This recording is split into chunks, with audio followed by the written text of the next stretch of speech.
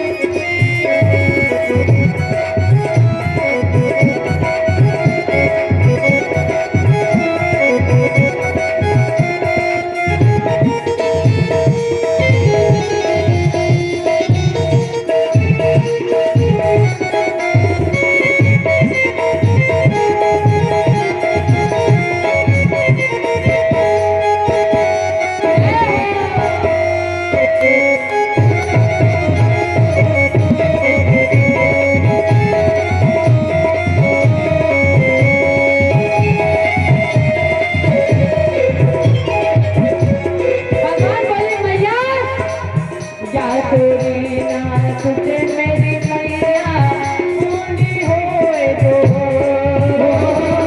या चोरी ना छोड़ू मेरे भैया होई ना ये तो हो। अब ये चोरी हमसे छूटने वाली नहीं है और तो होना वो देख लेंगे। या चोरी ना तुझे मेरी मैया पूरी होए तो सुदास प्रभु भेंट गए सुदास प्रभु भेंट गए दिए नयन भर चोरी बाप रे मैया मैं सदा रही तो चोरी मातन की छोड़ भैया बात जाए। मैं समझा रही तो लाला मैं समझा रही तो मैं समझा रही तो लाला मैं समझा रही तो सोनी मातन की तो मैया मैं समझा रही तो भैया मैं समझा रही हूँ।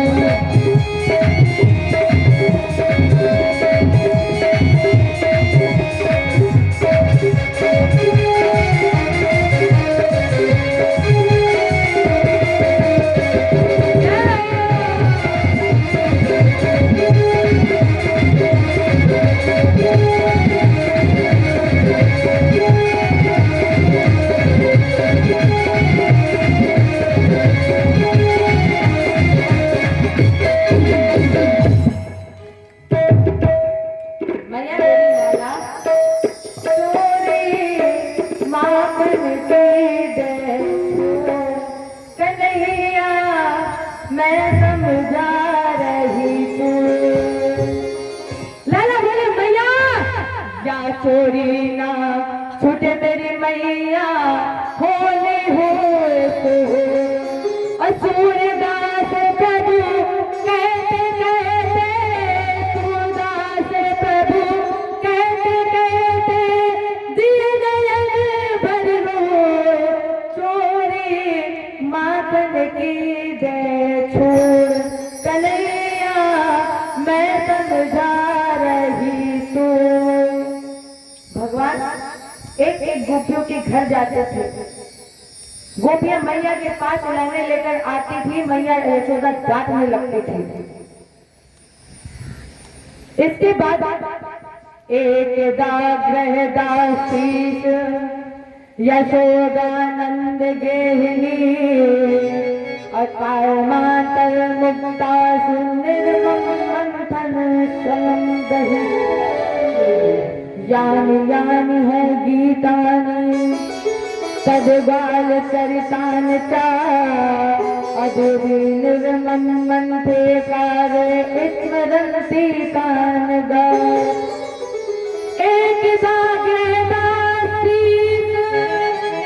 एक बार यशोदा जी स्वयं नदी मंथन कर रही थी और गीत भी गाती जा रही थी। यानी यानी है गीतान गीत भी गाते जा रही थी और नदी मंथन भी करती जा रही थी। भगवान पालने पर सो रहे थे और उधर चूल्हे पर दूध खोल रहा था। भगवान को भूख लगी, रोने लगे। मैया यशोदा आई, लाला को स्तनपान कराने लगी। लाला ने कहा मैया एक बात बताओ। मैया बोली आप पूछो लाला। कन्हैया बोले मैया आप हमसे सबसे ज्यादा प्रेम करती हो कि ये जो दूध चूल्हे पर रखा है इससे ज्यादा प्रेम करते हो? मैया यशोदा बोली ये कुछ पूछने की बात है? अरे लाला हम तुमसे ही सबसे ज्यादा प्रेम करते हैं। अरे ऐसे सैकड़ों दूध तुम पर निछावर है। और जैसे ही मैया ने कहा कि ऐसे सैकड़ों दूध तुम पर निछावर, तो कहा लाला ने चलो अब मैया का परीक्षण कर ले, देखते कितना प्रेम करते हैं।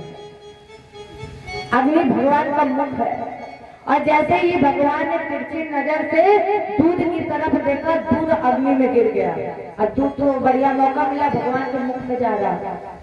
और भैया यशोदा की जैसे ही दृष्टि पहुंची मैया यशोदा ने लाला को वहीं उतार दिया और दूध को चूल्हे से उतारने लगी। कन्हैया बोली यही प्रेम है। अरे अभी ऐसा कह रही थी कि ऐसे सैकड़ों दूध तुम पर निछावर है और अब जरा सा दूध उठना नहीं कि हमको उतार दिया, छोड़ दिया। इधर लाला को गुस्सा आया और भगवान घुटुए चले और जितनी मटकी थी सब मटकियों के पास पहुंचे। 5 किलो का लोड़ा उठाया, जितनी मटकियां थी भगवान ने सब एक एक करके मटकी को तोड़ दिया। अब इधर मटकी गई टूट, उधर मैया यशोदा जी गई रूठ। अब जब मटकी टूट गई तो मैया यशोदा ने छड़ी उठाई, भगवान आगे आगे भाग रहे और मैया यशोदा पीछे पीछे भाग रहे। लाला अब तुम्हारी मरम्मत होगी। अब कन्हैया आगे आगे भाग रहे, यशोदा जी बोलती है अभी लाला लौट आओ, हम तुम्हें छोड़ेंगे नहीं, अब हम इतने वृद्ध हो गए, हम थक गए हैं, लाला लौट आओ। फिर भी नहीं माने और दहली के बाहर निकल गए। अब हमारी जो पहले माताएं जो वृद्ध है वो जानती होंगी कि माताएं दहली के बाहर नहीं निकलती थी और अगर निकलती थी तो घूंघट डाल लेती थी। मैया यशोदा उसी दहली पर बैठ गई, कल लाला बस मंदी चाहो तो लौट आओ, अच्छाई चाहो तो लौट आओ। लाला बोले मैया हमारी अच्छाई हुई है, कहे कि हम यहाँ रहेंगे, आप आओगी नहीं, हमें मारोगी नहीं, हम यही ठीक है। अब कन्हैया खड़े थे, धूप में भीषण धूप थी। वैसे भी हमारे कन्हैया कमल की पंखुड़ी से भी ज्यादा नाते थे, कोमल है। मैया यशोदा वहीं बैठ गई, कहा लाला अभी नहीं आओगे पर शाम तक तो आओ। इतना कहा, लाला ने दोनों हाथों की मुट्ठी बनाई। अब जब ये धूप में खड़े थे तो इनके गाल लाल हो गए, एकदम जब गाल टमाटर की तरह लाल हुए। कन्हैया ने दोनों हाथों की मुट्ठी बनाई और आंखों को मसलने लगे और जैसे ही आंखों को मसला छलने से हुआ। यशोदा जी ने देखा कि मेरा लाला रो रहा है, छड़ी फेंक दी और कहा लाला मारेंगे नहीं, लौट आओ। अब जब मैया यशोदा ने छड़ी फेंक दी, कन्हैया ने वैसे भी नटखटी है, नाटक करने में नंबर 1 नाटक कर रहे थे। मैया यशोदा ने छड़ी फेंकी, कन्हैया ने दोनों हाथ से आंसू पोंछे और दौड़ करके गए मैया गले लगा दिया। मैया बोली लाला देखो अब हम तुम्हें मारेंगे नहीं पर बांधेंगे जरूर। लाला बोले कि अगर हमें पता होता बांधने का भी सिस्टम है तो हम थोड़ी देर और खड़े होकर रो लेते, ये भी खत्म हो जाता। मैया बोली हम तुम्हें मारेंगे नहीं लेकिन अब बांधेंगे जरूर। और जैसे ही यशोदा जी ने रस्सी उठाई, उखली बोलते ना उखली, और जैसे मैया यशोदा ने भगवान के कमर पे रस्सी बांधी लपेटी, तदपि द्वि अंगुलम न्यूनम, रस्सी 2 अंगुल छोटी हो गई। माने यशोदा जी के महल में जितनी भी रस्सी थी सभी रस्सी को जोड़कर जब गांठ लगाई और भगवान के कमर पे लपेटा, तदपि द्वि अंगुलम न्यूनम, रस्सी 2 अंगुल छोटी। अब राजेंद्र ये बताइए क्या परमात्मा को कोई बांध सकता है? परमात्मा जब तक नहीं चाहेंगे तब तक कोई बांध नहीं सकता। और जब बार बार ये बांध रही थी, बांधने की कोशिश कर रही थी, तो अचानक मैया यशोदा की दृष्टि भगवान के कमर पर पड़ी। और जब भगवान के कमर को देखा तो भगवान के कमर पे ये मोटे मोटे रस्सी के निशान पड़ गए। और जब मैया यशोदा ने देखा तो मैया यशोदा जी उस रस्सी के मोटे मोटे निशान को देखकर बेहोश हो गई, रोने लगी। और जब बेहोश हो गई, कन्हैया बोले मैया हम बंधे हैं। मैया ने नेत्र खोल करके भी नहीं देखा और कहा लाला तुम बंधे हो?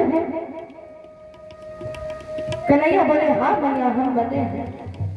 यशोदा जी बोली अरे लाला हम तुम्हें बांधते बांधते थक गए, फिर भी तुम नहीं बंधे और अब कैसे बंध गए हो? कन्हैया बोले मैया आपको पता नहीं क्या हुआ था, आप बार बार बांध रही थी, खोल रही थी, फिर बांध रही थी, फिर खोल रही थी। मैया बोली अब की बार फिर। कन्हैया बोले अब की बार आपने बांध दिया, और आप बांध दिया तो पता नहीं आपको क्या हुआ, आप मूर्छित हो गए, खोलना ही भूल गए। और जैसे ही मैया यशोदा ने आंख खोल करके देखा कन्हैया बंधे हुए थे। मैया बोली देखो लाला अब बंधे हो तो फिर बंधे रहो, अब हम तुम्हें खोलेंगे नहीं। इतना कहा मैया यशोदा अपने कार्य में लग गई। तब तक भगवान को याद आ गई पूरा नारद शापेन अभ्रक्षताम प्रापन मदात अनर कुबर मणि ग्रीवा विख्यातौ श्रीयांगतौ। भगवान को याद आ गई कुबेर के पुत्र थे नर कुबर और मणिग्रीव, जो नारद जी के श्राप वश यमराज के वृक्ष बन गए। राजा परीक्षित ने एक प्रश्न कर दिया महाराज आज ये बताइए कि नर कुबर और मणिग्रीव को नारद जी ने श्राप क्यों दिया, कारण क्या है। सुखदेव जी बोले राजेंद्र एक बात वारुणी मदिराम पित्वा मदाध्रुवित लोचनम। एक बार नर कुबर और मणिग्रीव ने मदिरा का सेवन किया और मदिरा का सेवन करके ये पत्नियों के साथ निर्वस्त्र स्नान कर रहे थे। उसी समय नारद जी आ गए, पत्नियों ने देखा तो पत्नियों ने देखकर वस्त्र धारण कर लिए और बाबा को प्रणाम किया। लेकिन ये नर कुबर और मणिग्रीव इतने बेहोश थे, होश में ही नहीं थे कि ये नारद जी के सामने नग्न ही खड़े हो गए। तो नारद जी ने इन्हें श्राप दे दिया, अरे पगलो तुम वृक्ष की तरह नग्न खड़ा है इसलिए हम तुम्हें श्राप देते हैं कि तुम वृक्ष हो जाओ। अब जब कोई श्राप देता है तो केवल एक ही उपाय होता है शरणागत क्षमा मांगना, त्राहि मांगना। उसने कहा प्रभु त्राहि मांग। नारद जी ने कहा एक दिन भगवान मुखर में बनेंगे तब तुम्हारा उद्धार होगा। तो आज भगवान को वही याद आ गया पूरा नारद शापेन। क्यों ना नारद जी के श्राप से इन्हें बंधन मुक्त कर दिया जाए। भगवान उल्लूखन घसीटते गए और दोनों वृक्षों के बीच से निकल गए। उल्लूखन इन्होंने बेड़ा बेड़ा फंसा दिया और जब नहीं निकला तो भगवान ने हल्का सा झटका लगाया, वैसे ही यमराज के वृक्ष चढ़ से उतर गए। नर कुबर मणिग्रीव यक्ष के रूप में प्रकट हो गए। भगवान की परिक्रमा की और श्याम सुंदर ने कहा वर मांग लो।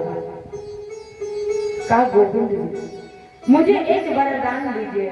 बाड़ी गुणान कथने श्रवण कथायाम। महाराज जी हमें वरदान दीजिए कि आज से हम अपनी वाणी से गाए आपका नाम।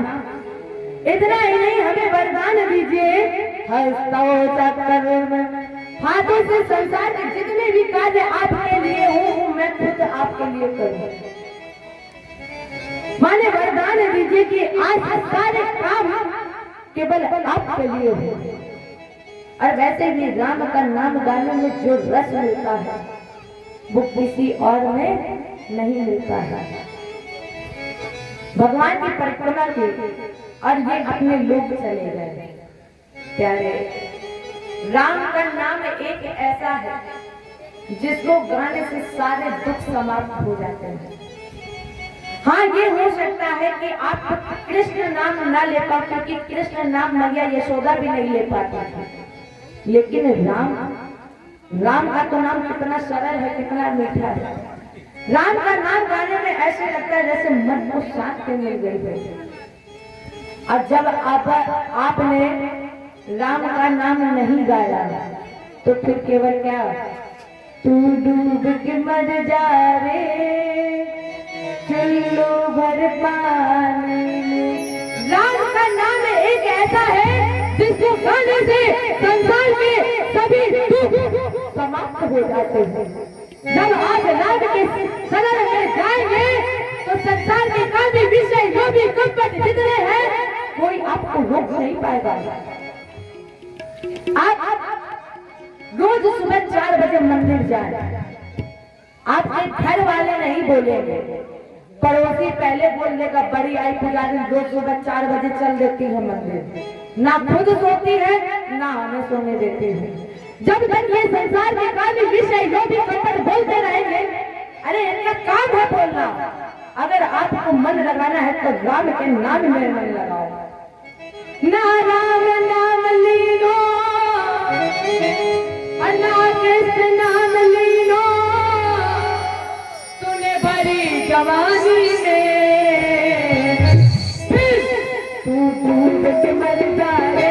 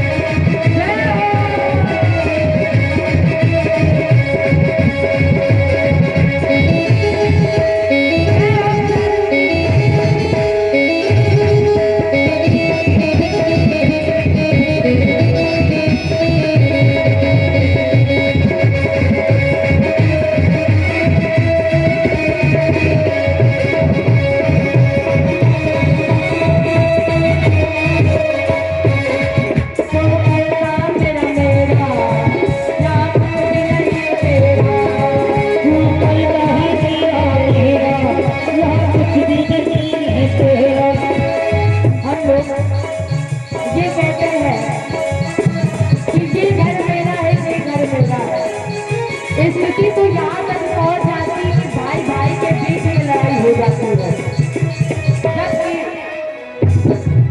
जिस घर में हम लोग रह रहे हैं, ये घर हमारा असली घर नहीं है। असली घर हमारा क्या है? असली घर है हमारा शमशान घाट, जहाँ हमारे दादा परदादा गए हैं, वहाँ एक या एक दिन हमें भी जाना है। फिर क्यों करते हो? क्यों करता मेरा मेरा क्या कुछ भी नहीं तेरा, क्यों करता मेरा मेरा कुछ भी नहीं तेरा। एक दिन होगा भैया तेरा मेरा तेरा, एक दिन होगा भैया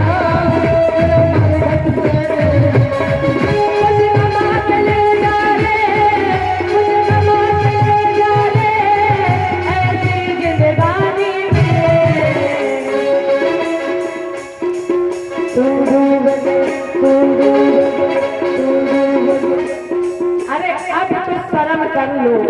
जब हम कह रहे राम नाम लीनो तो तू डूब के मर जा रहे, और जब हम कह रहे डूब के मर जा रहे तब भी शर्म नहीं आ रही कि एक बार हाथ उठा के मीठी मीठी तालियां साथियों के साथ नाम गा लें।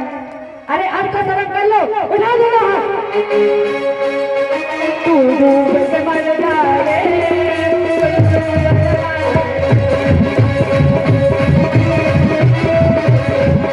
मदन कर मस्त जवानी में मगन कर मस्त जवानी में बुढ़ापा किसने देखा है। मदन कर मस्त जवानी में बुढ़ापा किसने देखा। आँख से देख न पाओगे, कान से सुन नहीं पाओगे, पाँव से चल नहीं पाओगे, जबान से पहुँच न पाओगे। और जब बुढ़ापा आ जाएगा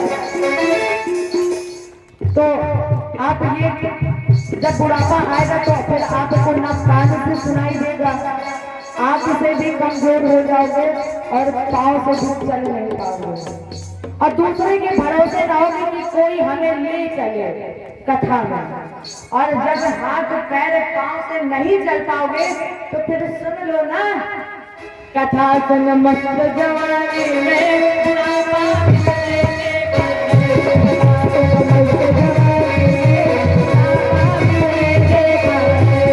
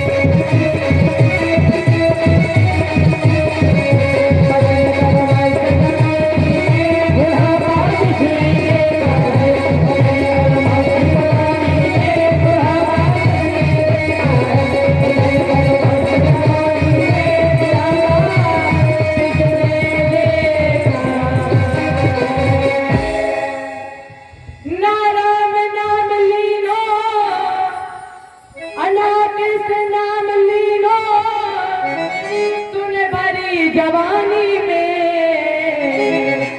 तू डूब के मर जा रे।